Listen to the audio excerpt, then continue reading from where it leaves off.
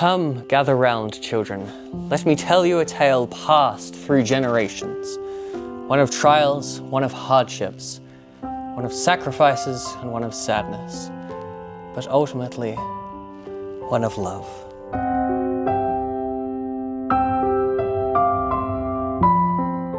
Once upon a time, there was a man named James.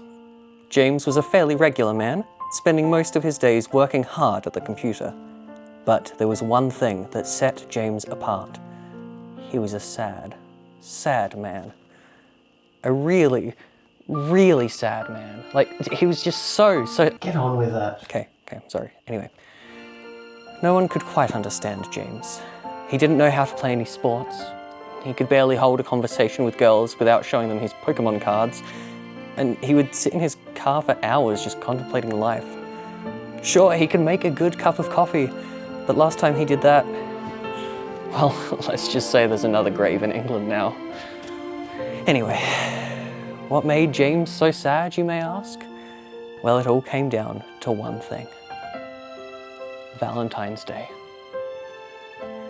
Valentine's Day single-handedly ruined James's life. He got so angry at it that even being near him would make people run for cover. James simply could not find a date. For years he tried telling puns, yet no one understood his humour. He tried taking the advice of others, yet none of them suited his expressiveness. He got delusional and even pretended to have a partner on Valentine's Day just to experience some sort of feeling of being wanted. And then one year he even like shot himself. Like, that was a little bit weird. Is that right? Wow. Anyway, with no one to keep him company, he fell into the sad, sad life that everyone knew of him. Moping around without a care, endlessly doom-scrolling Instagram and living the life of a hermit. That was until one day, as if by miracle, he woke up and had a realization. It's not what I do that matters, he said to himself as he arose. It's who I am to those around me. Suddenly, James's attitude changed. And before he knew it, Valentine's Day was quickly coming once more. But no more did he dread the 14th of February. Instead, he had a newfound appreciation of love. James had been found by a special girl who loved him for who he was.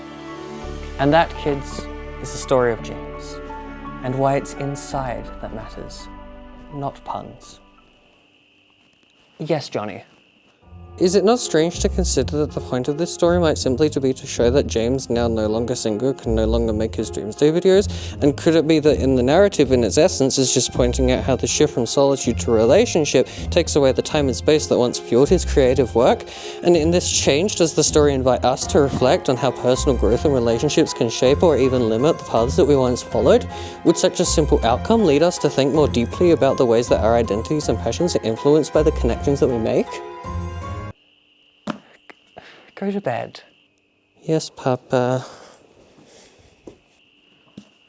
Honestly, people these days, I'm telling you, they're crazy.